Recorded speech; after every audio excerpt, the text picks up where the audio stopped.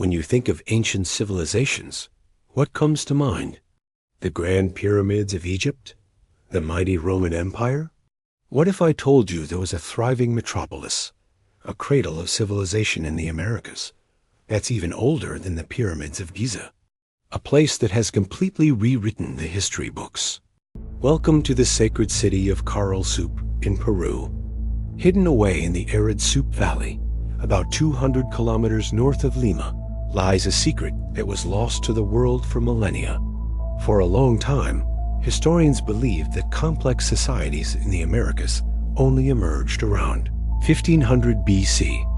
But in 1994, an archaeologist named Ruth Shady made a groundbreaking discovery that pushed that timeline back by over 1,000 years.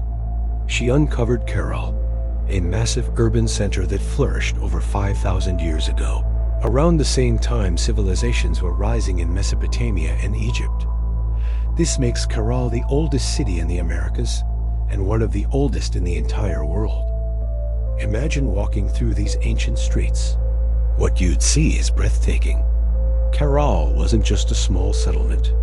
It was a sprawling city covering over 150 acres. Its most striking features are the 6 large, flat-topped pyramids.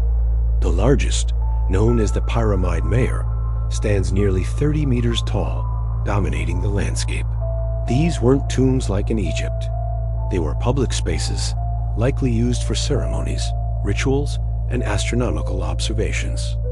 Picture the people of Caral gathering in the sunken circular plazas, a unique architectural feature found throughout the city, participating in community events under the desert sun.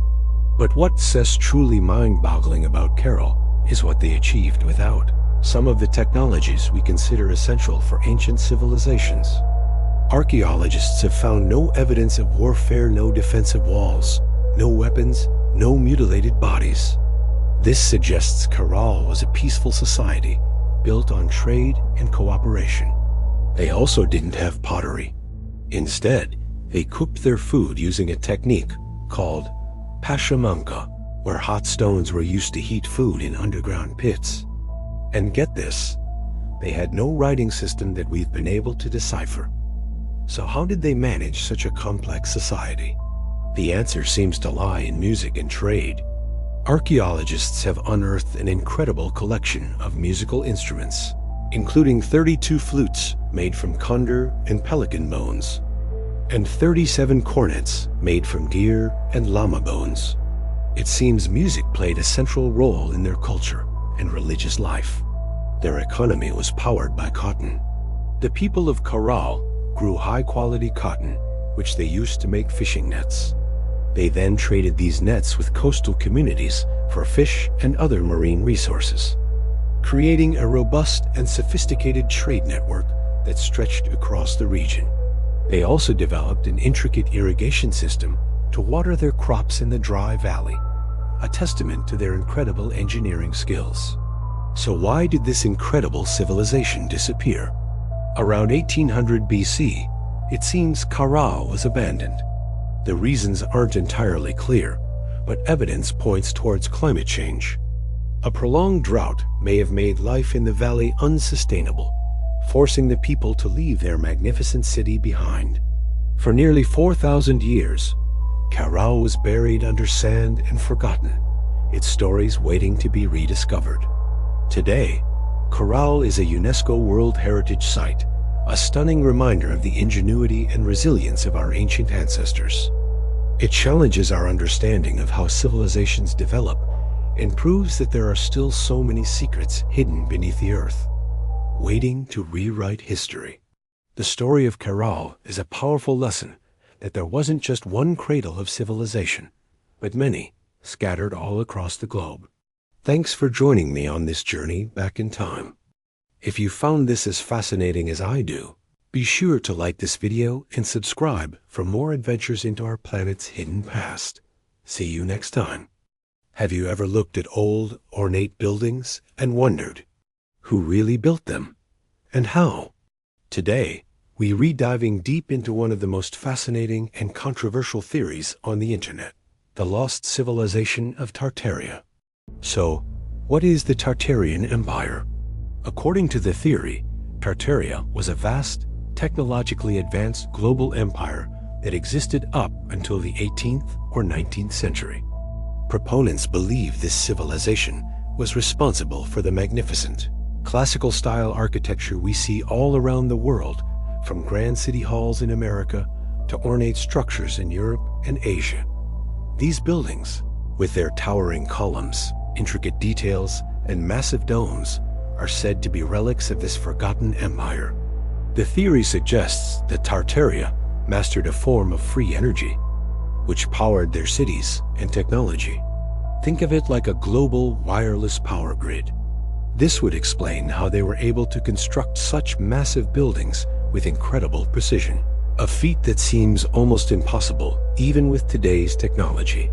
Evidence pointed to includes old maps that show a huge territory called Tartary, covering much of Asia, as well as old photographs that seem to show cities with advanced infrastructure, but very few people.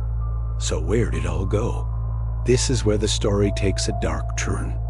The theory claims that a catastrophic event, often referred to as a mud flood, buried large parts of this civilization. Look at old buildings. You'll often see windows and doors that are halfway underground. Believers say these aren't basements.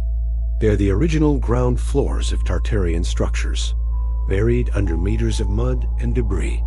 Following this cataclysm, they believe history was intentionally rewritten by the new powers that rose from the ashes, erasing Tartaria from our collective memory.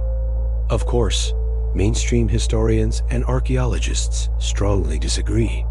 They argue that Tartary on old maps was simply a generic term used by Europeans for the vast, largely unexplored regions of Central and Northeast Asia, inhabited by various nomadic groups. The architectural styles are well documented as neoclassical, Gothic Revival, and Beaux-Arts, and can be attributed to known architects and historical periods. The mud flood evidence, that's often explained by cities being built on top of older layers, or the ground level changing over time for various urban planning reasons.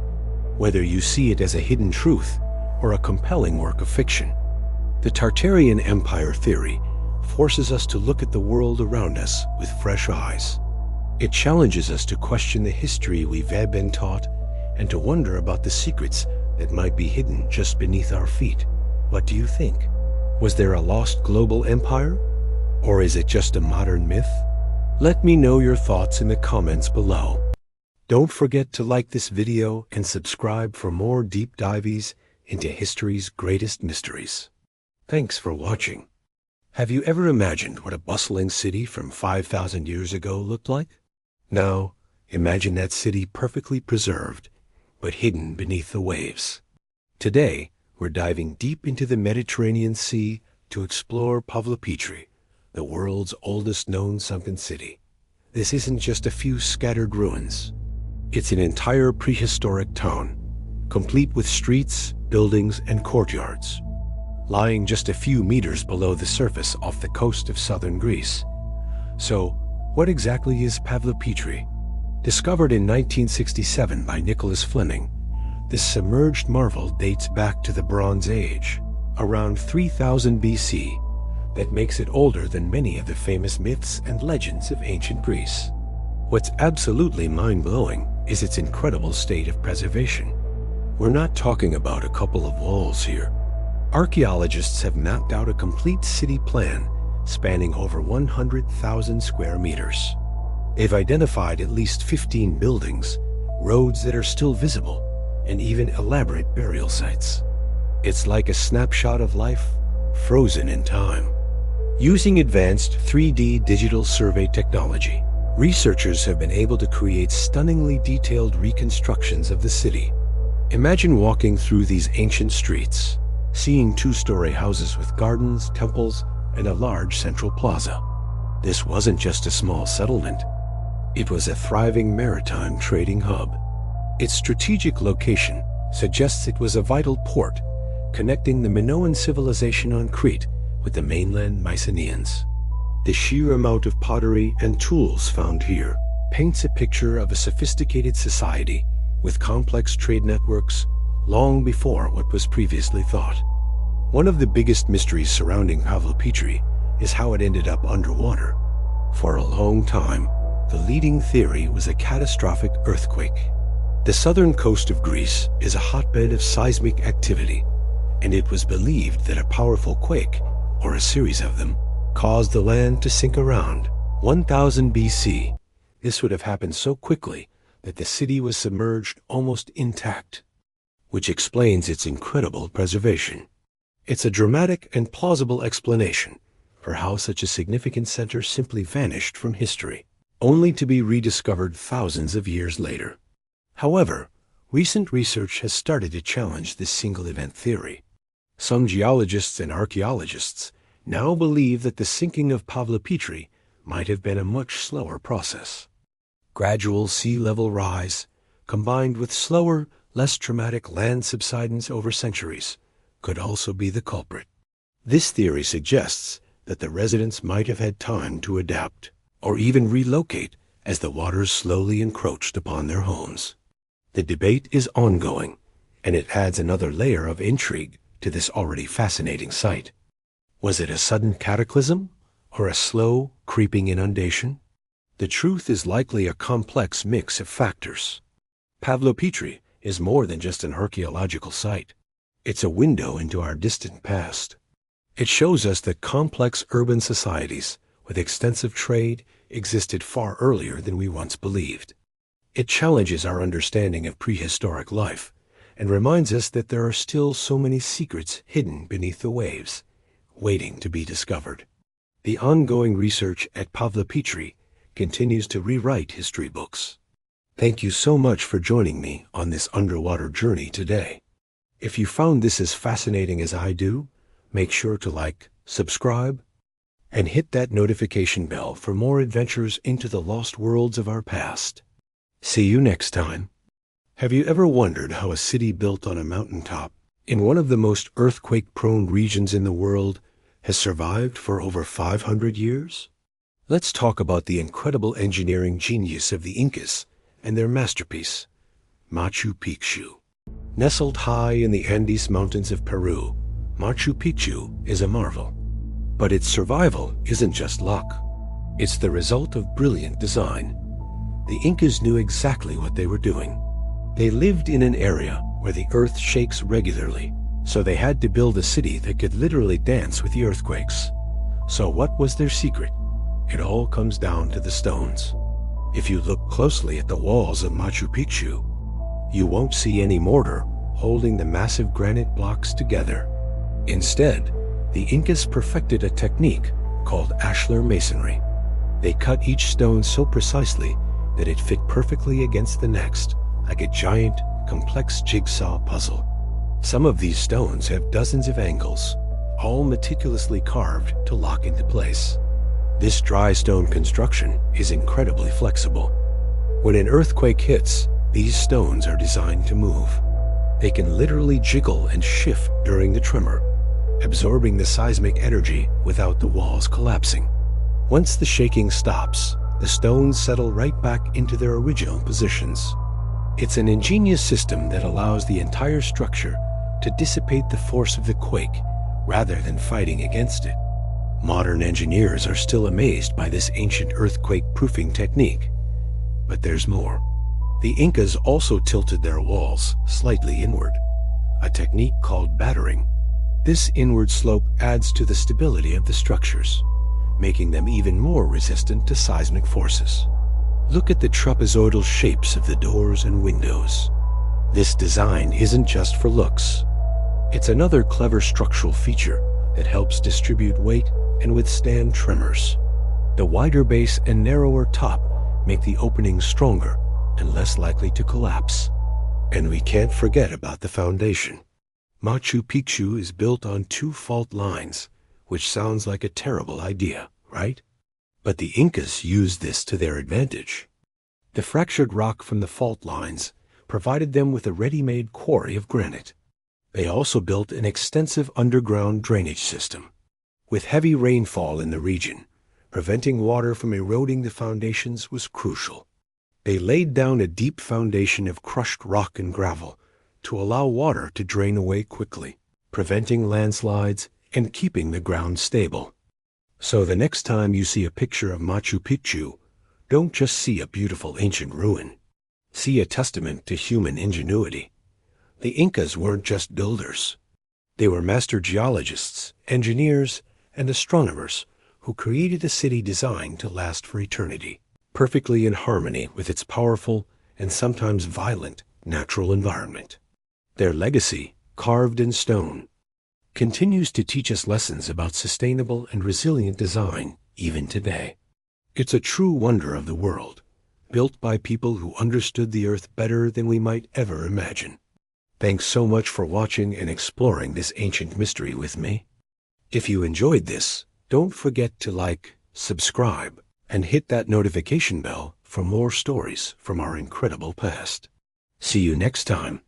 Have you ever seen a map so mysterious it could rewrite history?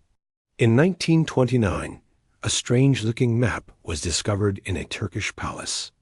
Drawn on gazelle skin in 1513 by an Ottoman admiral named Piri Reis, it showed something absolutely baffling. It depicted the coasts of Europe, Africa, and the Americas with surprising accuracy for its time. But that's not the shocking part. Down at the very bottom, it seemed to show the coastline of Antarctica ... but without any ice. How is that possible? Antarctica wasn't officially discovered until 300 years later, in 1820, and we only knew what the land under the ice looked like after we developed seismic survey technology in the 20th century.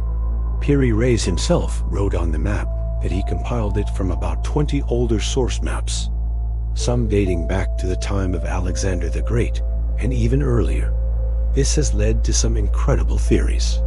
One of the most popular ideas comes from author Graham Hancock, who suggests that the Piri Reis map is evidence of a lost, advanced civilization from the last ice age. According to this theory, this ancient society had mapped the entire world, including an ice-free Antarctica, before a global cataclysm wiped them out around 12,000 years ago. The knowledge was then passed down through a few survivors, eventually making its way into the source maps that Piri Reis used. Think about it. The last time Antarctica was free of ice was millions of years ago, long before modern humans existed. So for a map from 1513 to show it, it would mean someone had to have seen it and mapped it when it was green and habitable. Could there have been an ancient seafaring civilization with technology we can't even imagine? A civilization so advanced they could chart the globe with precision, only to be erased from history by a great flood or comet impact? Skeptics, of course, have other explanations. Mainstream historians argue that the landmass shown isn't Antarctica at all, but a distorted depiction of the South American coastline, bent eastward to fit on the parchment. They point out that many early maps included a hypothetical southern continent, a Terra Australis, which was believed to exist to balance the land masses of the northern hemisphere. They say the resemblance to the subglacial coast of Antarctica is just a coincidence, a case of us seeing patterns where none were intended. Others suggest that while it might depict a part of Antarctica, it could be based on ancient accounts that are now lost, without needing an advanced civilization. Perhaps ancient sailors were blown off course and caught a glimpse of the coast during a temporary warm period we do know about. But this doesn't explain the accuracy of the coastline under the ice. So what do you think? Is the Piri Reis map a simple cartographic error, a product of guesswork and ancient legends? Or is it a genuine artifact from a forgotten chapter of human history, a message from a lost civilization telling us that our past is far more mysterious and magnificent than we've been led to believe? The map remains in the Topkapi Palace in Istanbul, a silent testament to a puzzle that continues to challenge our understanding of the ancient world. Let me know your theories in the comments below. Thanks for watching, and if you enjoyed this mystery, don't forget to like and subscribe for more deep dives into the unknown.